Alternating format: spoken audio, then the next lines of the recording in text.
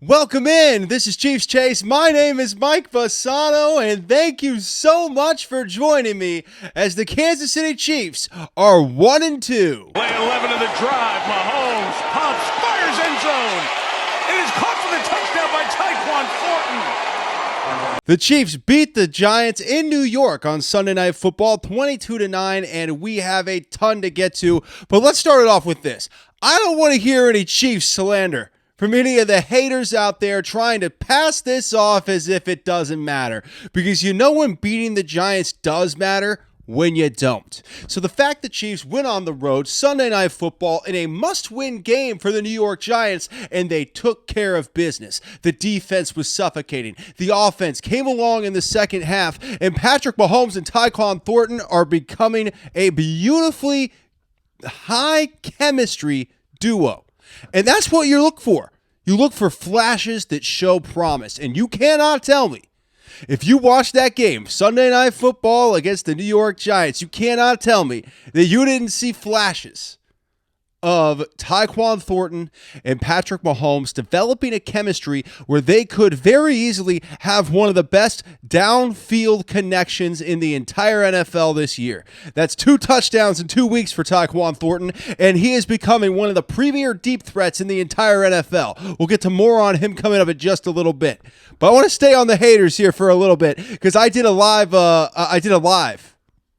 TikTok live, a simulcast along with the game, and I'm going to keep doing it because I really love doing it. I enjoyed hanging out with you guys and getting all the the interaction from the chat as the game was going on and getting to really enjoy that process with you. So I'm going to keep doing it. But through there were some trolls, right? People come in, Birds fans, Giants fans, a lot of Chargers fans are coming out of the woodwork lately. Chargers go 3-0. Suddenly, the Chargers have a fan base. That's the weirdest thing I noticed the entire day today. The Chargers get lucky to go 3-0. They should have lost to the Broncos. If Bo Nix didn't miss a wide-open Cortland Sutton, the Broncos win that game, and the Chargers are 2-1. But the Chargers get lucky. They go 3-0, and now suddenly all these Chargers fans are coming out of the woodwork. All these people I didn't know even existed. No one in Los Angeles even knows the Chargers were a thing until they're suddenly 3-0, and now there's a ton of Chargers fans. That's the fair weather fans I see coming out of Los Angeles. That's the fair weather Chargers fans. And you guys can go ahead and chirp all you want to. But the fact is, the Chiefs are not out of this thing. The AFC West is still up for grabs, even though the Chargers do have a nice commanding lead of the division. But that's only because Bo Nix couldn't freaking connect a pass to Cortland Sutton. The Chargers should have lost that game. The Chargers shouldn't be 3-0. But the reality is they are. A lot of haters, though, from the Chargers, from other fan bases coming in. And here's the deal. Everybody's so quick to want to write off the Chiefs because they're so sick and tired of the Chiefs' dominance. Everybody wants to talk about Chris Collinsworth. Oh, I can't stand it when he calls the Chiefs. Chris Collinsworth is one of the greatest commentators in the history of football. And the fact that you have all these people who are just flat out jealous of him, that's the big problem here. People are jealous of Chris Collinsworth. They're jealous of the Chiefs. They try to create problems where they don't exist every single week. But here's the reality. Here's the truth. Because I'm about truth over BS. And the truth here is that the Kansas City Chiefs lost 2 games by 1 score to 2 teams who are currently undefeated. So to believe that the Kansas City Chiefs were in some kind of dire straits going into this week would be an overreaction, to say the least. And then they go on the road, Sunday Night Football, and they win by multiple scores. This team is just fine. Do they have problems? Yes. Do they look sloppy at times? Absolutely. Does Matt Nagy's offensive game plan sometimes leave a bit left to be desired? Yes. Does the discipline on the offensive side of the ball make you want to pull your hair out sometimes? Absolutely. However, and watching all the games in the NFL today, watching all the blowouts in the NFL, and all the sloppy play, it's not just a Chiefs problem. I think sometimes we get into this mindset as fans where we set this bar at perfection. And that's not realistic. You can't set a bar at perfection. You can't expect perfection. That's not a realistic expectation. So when the Chiefs aren't perfect, we automatically are like, well, they're just not as good. Well, look around at the other teams. The other teams aren't as good either. We have sloppier play and more injuries than ever before because teams aren't practicing with as much contact. They don't have as much preseason. The changes in the NFL have resulted in a sloppier product. So while the Chiefs look like a sloppier product, and that's very fair, so does everybody else. It's an NFL issue, not just a Chiefs issue. And the fact is, the Chiefs have lost 2 games to 2 undefeated opponents, both by 1 score. And now they're 1-2, riding off of a win, going into a huge game against the Baltimore Ravens. And if the Chiefs can get to Week 7 and get Rashee Rice back at 3-3, oh, this is going to be a wide open season and a big chance for the Chiefs not only to get to the playoffs, not only to stay in the race for the AFC West, but be legitimate Super Bowl contenders in the NFL. And I've seen it coming, baby. It's happening. This team has a lot to like. And they have a lot of upside. And this defense is where we're going to start when it comes to the actual breakdown of this game. The Chiefs defense is Super Bowl ready, guys. They're there. Look at what they did last week against the Philadelphia Eagles, a team that put up 33 points against a very good Rams team today. They held the Eagles not just to 20 points, but they had the Eagles have the smallest amount of yards per play that they've had since Doug Peterson was head coach. And then they go out against the New York Giants, who scored 37 points against the Dallas Cowboys last week. They held them to 9 points. The Chiefs' defense and Steve Spagnuolo made Russell Wilson look like a complete disaster in every single facet. He couldn't throw a good pass to save his life. And that is what Spags brings to the table. And the Giants. Pressure coming again. Wilson scanning, flying for neighbors in the end zone. It's intercepted. Underthrown. We talk about it all the time. We want Spags to have a statue at Arrowhead Stadium. You know why we want that? Because we know how dynamic Steve Spagnuolo is to the success of the Kansas City Chiefs. Let's take a quick walk down the history lane. 2018, the Kansas City Chiefs have an offensive explosion in the first year of Patrick Mahomes as the starter. Mahomes throws 50 touchdowns, over 5,000 yards. The entire world is set on fire by a young number 15 emerging as a big-time star quarterback. But the Chiefs can't get out of the AFC Championship game and lose to Tom Brady in overtime. Why? Because Bob Sutton's defense wasn't good enough. So what do? They get rid of Bob Sutton because you can't waste your generational talent quarterback. Brilliant move and a ruthless move by Andy Reid to fire a defensive coordinator after an AFC Championship game appearance. And he goes and gets Steve Spagnuolo. Since then, the Chiefs have had a Super Bowl caliber defense every single year since 2019. And 2025 is absolutely no different. Chris Jones got back there. He ate Russell Wilson alive.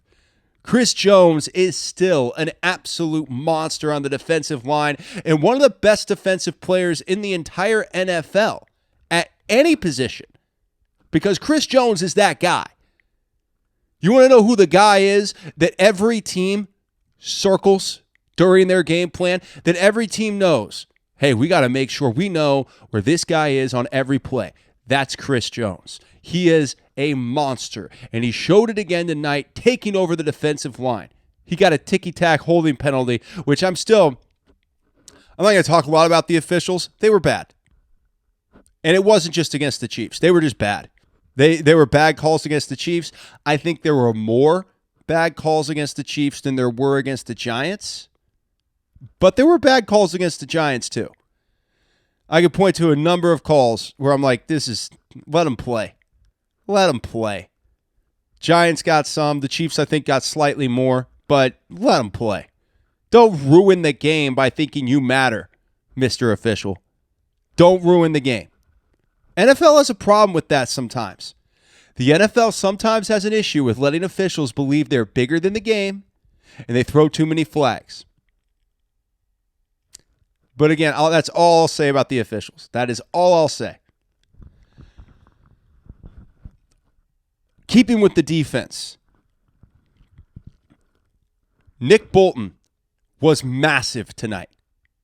Cam Scatterbo is just a horrible case of CTE waiting to happen. I hope somebody can help him run differently, because I really like Cam Scatterbo. I think he's a great football player. I think he's great for football because of his mentality. But if you could rein in that mentality just a touch so that he can play in the league for longer than 3 years before his brain doesn't work anymore, and I'm not being like facetious. My bad. I'm not being facetious. I'm not trying to like come down on Cam Scatterbo or make a joke. I'm worried about him. But the way that Nick Bolton was able to gather around Cam Scatterbo and keep him in check and make sure that he made the big plays over the middle, a fourth down early in the game where the Giants went for it and it looked like Tracy Jr. was wide open for an easy catch for a first down. What happened? Nick Bolton got the big paw up and knocked the ball down, and the Chiefs got the ball back and went and got their first field goal. That was a big moment in the game. If the Giants get that first down, then that game starts out entirely differently, and who knows what happens next, right? So Nick Bolton is worth every penny that he gets paid, because I have not seen anyone else in the NFL dominate the middle the way that Nick Bolton dominates the middle. What an absolute beast by every definition, and a guy that I think any NFL team would be so lucky to have, and the Chiefs got him. Nick Bolton from the University of Missouri. Huge time game tonight. He made all those gritty plays that aren't going to show up like crazy on the stat sheet, but they're going to show up like crazy on the field. Those plays where a little 4-yard gain could have turned into a 15 to 20-yard gain, but it didn't, because Nick Bolton was there to take care of business and do what Nick Bolton does, which is dominate. It was awesome to see Nick Bolton play, and the whole defense. We got a lot to get to on offense. I know Tyquan, Travis, a lot of things to discuss. Patrick Mahomes throwing the ball backwards, and a lot to get to. But I wanted to make sure on this show we started with the defense. We started with how dynamic Steve Spagnuolo's defense has been and how it is, without question, Super Bowl ready. This team is there defensively. Offensively, they have reserves coming, right? Xavier Worthy, hopefully getting closer. Rashee Rice back in week 7. Tyquan Thornton's developing. Juju Smith-Schuster had a nice night, but defensively, they're already there. They're already there. Trent McDuffie had a nice game too. Jalen Watson with a nice game. There was a lot to like. We'll see what happened with Cook. The Cook neck injury that happened on the deep pass to Malik Neighbors, that's going to be something to keep an eye on, because Cook is, I think, the fastest, at least one of the fastest players on the Chiefs defense. So we'll keep an eye on Cook. I think he'll be okay. It looked like he just kind of jammed his neck a little. But we'll take a look, because the good news is usually with a neck injury, if there's real damage, like bad damage, you don't see them immediately grab the neck and writhe in pain. You see them not moving. So the good news is if it were a break or something like that, he wouldn't have been able to walk off on his own accord. So I think that's something to watch. But yes, Cook hopefully will be back soon, and that defense is ready to absolutely dominate going forward. That is huge. Huge. Now let's get to the offense a little bit here. I want to start with Patrick Mahomes. You know, it was a really good game for Patrick in a lot of ways, and then also there were moments that made you scratch your head. Throwing the ball backwards to Pacheco on a couple occasions, and kind of, I mean, he did do it's such a weird thing. The fumble that Mahomes recovered, where he threw backward, and it was his second time throwing the ball backward to Pacheco, and it created a fumble. Backs would have done nothing here, right? He knew better than anybody. This is a backwards pass. New York, the second of the half. And all of a sudden, that thing is understood immediately, and he stole it. Took it away from him. And it looked like the Giants had it, and then Mahomes comes in and snatches it away. A gritty play by Patrick Mahomes. Absolutely awesome, actually. You have to give Mahomes credit for that. You can't have it one way or the other. Yes, bad play, but also a great recovery. But I think the bigger question is, why is that suddenly a thing that's happening? Where Mahomes is throwing the ball backward to a running back at the last second at his feet. Twice. That's a big question. But in the second half, we saw Patrick Mahomes get back on track. We saw the offense look really good for a drive. That first drive after halftime gave me so much confidence in this team. It gave me a lot of what I think the Chiefs can be this season, which is a strong, methodical offense. They drove the ball right down the New York Giants' throat. On that drive, Pat was 5 for 5, and he threw a touchdown to Tyquan Thornton. His only touchdown pass of the day was in that third quarter, right after halftime. So what I saw was, when you have an offensive game plan where the plays are called well, you know exactly what you're going into. They had just come out of the locker room. Everybody was on the same page. Boom. Worked like a well-oiled machine. The Chiefs' offense, if they have all of the discipline things right. Another big thing about that drive, no penalties. No Jawan Taylor ruining things for everybody. If you have them doing things the right way, like they were on that drive after halftime, the Chiefs' offense is fantastic. But so many times there are miscues. There's lack of communication. And there's mistakes. There's penalties. And we're talking about penalties that shouldn't be happening. Illegal formation on your right tackle is embarrassing. And Jawan Taylor getting ran over is embarrassing. I think I speak for a lot of Chiefs fans when I say, what is Jawan Taylor still doing starting at right tackle? Is there really no one else? Is he that good at playing right tackle that even though he gets ran over like a train running through a freaking scarecrow and he gets dumb penalties every single week, even with all of that, you're telling me he's the best option? I think that's a question for Andy Reid. It's a question for Matt Nagy. It's a question for the coaching staff because, frankly, I don't get it. And I think a lot of other people feel the same way that I do. I just don't get it. Jawan Taylor is a mistake machine on the field. In what world is that a good thing for the Kansas City Chiefs? There were two drives, one that ended in a field goal and one that ended in a missed field goal that were both Jawan Taylor's fault. First was the illegal formation, where Patrick Mahomes ran forward, got the first down on third, and it was outstanding. And then Jawan Taylor, illegal formation, they had to have a run play for third and super long just to make sure that they could get back into field goal range, and they did. And then Harrison Butker hit it. The next time, Jawan Taylor just got flat ran over. And Mahomes never had a chance. The play was completely destroyed because of Jawan Taylor. And then Harrison Butker missed the field goal, which made that even worse. We'll get to Harrison. He also had a missed extra point. We'll get to it. But the fact is, people are going to be asking questions about Jawan Taylor. And they're going to be asking, I think, very fair questions. Why is he? What is it that you say you do here that's positive? And the Chiefs are saying he's the best they got, so I guess that's that, right? But still, we're talking about a team that won by multiple scores.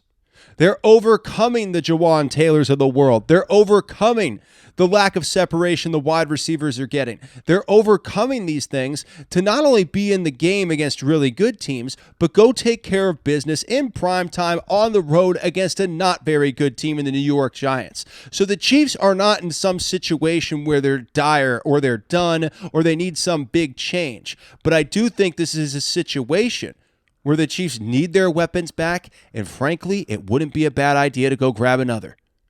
Is there a running back out there the Chiefs think can be a really big help. I know they've been in on Jerome Ford, who's the third string running back of the Cleveland Browns. I'm not sure that he's the answer. I think you go for a team that's struggling. Would a first rounder get Devin Achane? I don't know. It's worth a shot, right? A first round pick, because the Dolphins aren't going anywhere. So I think you take a shot at a team that's going nowhere, and you try to maybe, if you feel like you have a team that's good enough, but they're a really good running back away, take a shot. The Eagles did. They went and got Saquon Barkley. Most people criticized the Eagles for going to get Saquon Barkley. But you could say, without a shadow of a doubt, they don't get to the Super Bowl without him last year. And they're not as good without him now. Even if he's not putting up big numbers, the amount of time you have to spend game planning for a running back like that is a huge deal. And right now, I don't think you got to spend a lot of time game planning for the Chiefs running backs. We'll get to them now. Isaiah Pacheco, 10 carries, 45 yards. That's not a bad day. It's not a bad day. We saw some nice flashes from Isaiah Pacheco. We're all rooting for him. We want Isaiah Pacheco to be a big-time running back for the Kansas City Chiefs like he has been in the past in 2022 and 2023. Both Super Bowl seasons, by the way. But after his injury last year, he's taken a step back. Can he get back to where he was is the biggest question. It's surgery on a broken leg. He's got a metal rod in his leg after surgery. Obviously, that's going to change things a little bit. But if he can get back, and it looks like he's developing, it looks like he's getting better. As long as he continues on that road, and we might be able to see Isaiah Pacheco back to Isaiah Pacheco form by week 8. So I understand the frustration with having to kind of wait to see the Chiefs offense in its final form, but the good news is the Chiefs defense is playing well enough that the Chiefs will at least be in games and not getting blown out while they're getting the offense back to where it rightfully should be. But Isaiah Pacheco showed flashes today. We saw moments where Isaiah Pacheco looked like the Isaiah Pacheco of old. And I know we're all rooting for him, because everyone loves Isaiah Pacheco. And it would be the saddest thing if he ended up not being able to come back to his old form. If he ended up not being able to be as good. It would be awful, because he is a great guy and a really talented running back. And having somebody get knocked down like that in their prime is always sad. Calvin Johnson with his ankles, Andrew Luck with his shoulder. I mean, every time you see a guy that has great promise and there's injuries holding him back, it's sad. So we want Isaiah Pacheco to develop and come back strong. But this is also a thing where, the Chiefs also need to win. So do you look at another running back? I think, look, we talked about it all offseason. And I was screaming from the top of my lungs, go get running back help. They got Brashard Smith. Limited so far. But I think maybe it's time to go look at a little bit more help. Mahomes putting it up for grabs again for Thornton. That time he reached around his body to catch. I will say this for the Chiefs offense. The play calls are better. The play calls today were more imaginative. It didn't feel like, oh, wow, we've seen this one before every single time. I thought the play calling against the Giants was actually much more imaginative, much more creative, and a positive for the Kansas City Chiefs on Sunday Night Football. And that's something that hasn't been considered a positive for the first 2 games. So if you were looking for improvement, I think you got legitimate improvement. I think you got legitimate reason for positivity and excitement for the Chiefs offense against the Giants, no matter what, because you saw more imagination behind the play calls. And I think we saw the Chiefs make adjustments and go away from what wasn't working as far as play calls. Because what wasn't working? Screen passes, especially the outside screens and the tight end screens, just getting absolutely shut down by the New York Giants. And they went away from it, especially to Travis. Those screen passes for the Chiefs never work. I mean, when do they work? Point out the time to me where the Chiefs ran a screen pass heavy offense and it just absolutely crushed. Jamal Charles? Seriously. Jamal Charles against the Raiders? Like, yeah, in 2013 and 2014, Jamal Charles, yeah, then it was really good. Maybe a little Kareem Hunt back in 2017, 2018, great. A little Tyreek Hill too. But right now what I'm seeing is a team that keeps trying to make fetch happen with their screen passes, and it's not going to work. So I'm glad to see that the offense went away from those screen passes, especially with Travis Kelce. And we'll get to Kelce now. So obviously everybody's talking about the bump from Andy Reid to Travis Kelce. I called it Andy Reid getting his get back. If you watch the live stream on TikTok, I call it he's got his get back. He's been like a WWE wrestler, and he's been holding receipts since the Super Bowl 2 years ago when he got bumped by Travis Kelce. And when Travis started to get fired up, Andy gave him a little shoulder shiver and was like, hey, you knock it off. And break on the sideline. Andy Reid and Travis Kelce, we've seen them before kind of get heated there, but you can sense the frustration on both sides of that story.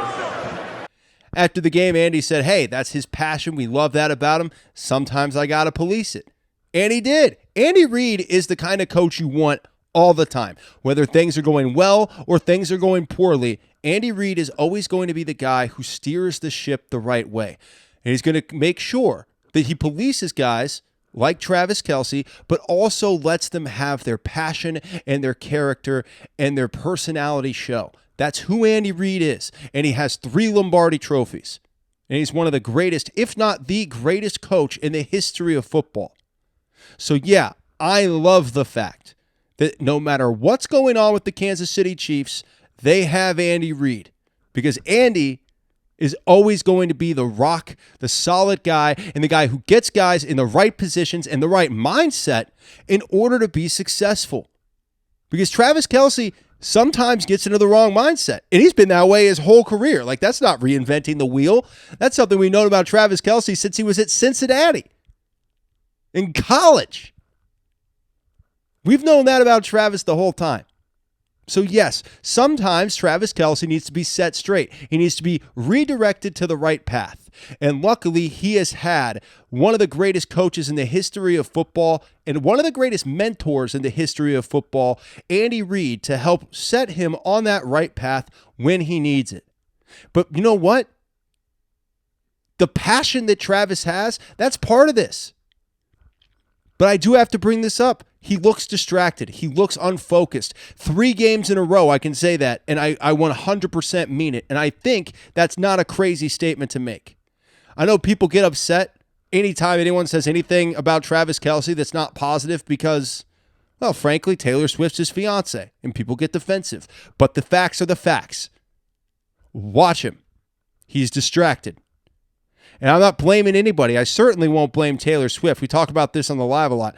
I wouldn't blame Taylor Swift for Travis Kelce. It is your job to be focused. It's your job to show up ready.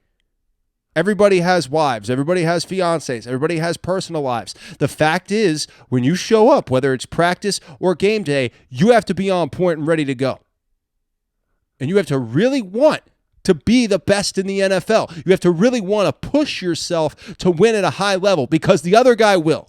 The other guys are pushing themselves. So if you're coming up and you're not putting in 100% effort on a daily basis, it's going to show. And I swear I can't unsee it. It's showing. Travis isn't putting in the effort. He's not. And he can sit there and yell and be mad all he wants to, and all you guys can be mad at me if you want to. The proof is in the pudding. Travis Kelce is distracted. He looks disinterested a lot of the time. And the fact is, anytime something goes against him now, he instantly throws his hands up like, oh, no. Hey, man, focus. His lack of focus got Xavier Worthy sidelined.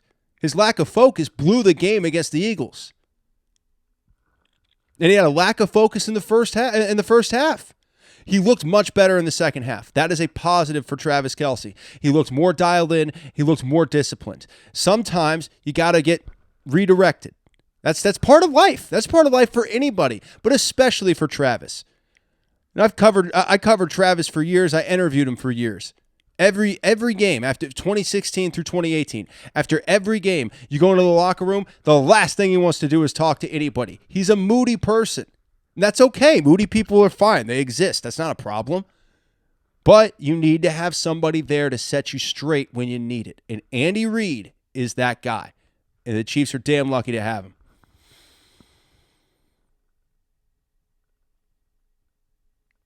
Let's get to Tyquan Thornton. Who's fired? We got a few more things to get to here on Chiefs Chase. Let's get to Tyquan Thornton. The Chiefs have an emerging star in Tyquan Thornton. A guy that he can become a premier deep ball catcher in the NFL. And what we've seen just over the first 3 weeks of the season with Tyquan Thornton and Patrick Mahomes has been outstanding. And this is just the very beginning. They don't have chemistry yet. They're only 3 games in. Imagine what it's going to look like when we're in week 10 and Tyquan Thornton has all this chemistry with Patrick Mahomes. And oh, by the way, Rashee Rice is back and so is Xavier Worthy. Think about that 1-2-3 punch. Oh, and did you forget about Juju and Travis and Hollywood light camera action Hollywood Brown? Yeah, this offense is far from done and it is far from a finished product, but it is getting better. And you can see it. They're getting more on point and crisper. And save for a couple of mistakes by Patrick Mahomes, that ended up not being a problem. Like, that's the nice thing. It ended up not really being that big of a deal because the Chiefs got the ball back on both fumbles. But aside from those two things, Patrick played a really solid game. And you remember, he had a miscommunication with Thornton for a first down, too. If Patrick Mahomes and Tyquan Thornton hit a point where they're consistently on the same page, the NFL is in so much trouble. Those guys already have so much going for them. They have a chemistry. They're building. Tyquan's getting separation downfield on a consistent basis no matter who the Chiefs are playing. That puts Tyquan Thornton and Patrick Mahomes at a level where they could be absolutely dynamic by the time this season ends. By the time the playoffs come about, forget about it. Play 11 of the drive. Mahomes pumps, fires end zone. It is caught for the touchdown by Tyquan Thornton. And the Chiefs very much are still a playoff team. They've lost to 2 undefeated teams by 1 score. And they didn't play well in either game. So yes, this is still a playoff team. It's not like they played lights out and then lost to the Chargers, or they didn't have the sloppiest game imaginable in Brazil, or they didn't screw up and have Travis pop the ball off his hands into the defender's arms against the Eagles. They played sloppy football, and they still only lost by 1 score to undefeated teams. Of course, this is still a playoff team. It's ridiculous to ever surmise that they wouldn't be.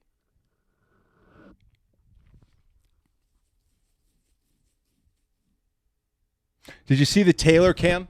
It was funny. The Giants trolled the amount of times that we see Taylor Swift on the Jumbotron. They had the Taylor cam, and it went around. Obviously, as soon as that pops up and they start playing like a Taylor Swift song, and as soon as it pops up, everybody in New York, everybody is at the Giant Stadium is booing. They can't stand it. They don't want a Taylor cam. And the camera shows Lawrence Taylor.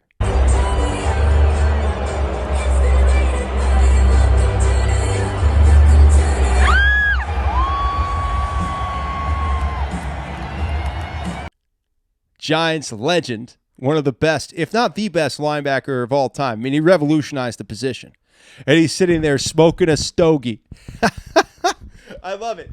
When it happened, people were like, hey, are you allowed to smoke inside in New York? I don't think you can smoke in that stadium. I thought, are you going to be the one to tell him? Are you going to go up to Lawrence Taylor in the house that he built and tell him he can't have a stogie? I'm not doing it.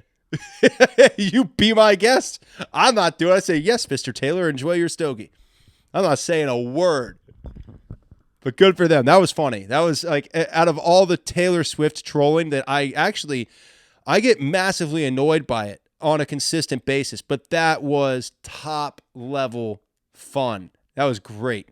The Taylor camp. That was awesome. Now, I want to end this talking about one man that we were excited about during the offseason, and my excitement level has only gotten higher. Juju Smith-Schuster. We talked about him throughout the offseason, throughout the preseason, about the fact that he's not even 30 years old yet, and he has a lot of good football left in him. And I'll tell you what, there are a lot of times during the game where drives would not be extended without Juju Smith-Schuster. The first 3 first downs for the Kansas City Chiefs went through number 9. Juju is becoming a very important part of the Chiefs offense. No, he's not going to be a big fantasy football player for you nerds that only care about that, but he is a dynamic football player for the Kansas City Chiefs that is going to help this team exponentially when it comes to keeping drives alive and being a strong possession wide receiver. Do not sleep on Juju Smith-Schuster because that young man still has a lot of football left in him. Hell yeah, Juju. Hell yeah. God, I'm still fired up about Juju Smith-Schuster, man. He was great. I mean, for what you want out of a guy, it's not like he came. If Juju was making, Jamar Chase money, then yeah, we would be disappointed. But Juju's a role player. He's not supposed to be your star. He's supposed to be your 4th or 5th option. And for a 4th or 5th option, Juju Smith-Schuster is playing at an extraordinarily high level. So get excited about Juju Smith-Schuster. Be supportive of Juju. Because there are times that he's putting the team on his back, though. And he's carrying the Chiefs' offense. During times where the Chiefs' offense is frankly very tough to carry. So it's exciting to see Juju Smith-Schuster be such an important part of this Chiefs offense because without him, think about how bad it might look, right? But this is a celebratory moment because the Kansas City Chiefs on a 22-9 victory in New York on Sunday Night Football against the Giants. Before we wrap up, we have to address one thing. I almost forgot, or maybe subconsciously I didn't want to bring it up. Harrison Butker. He's missed 3 field goals in 3 games. He's had at least 1 miss in every game, and he had 2 tonight. 1 field goal, 1 extra point miss.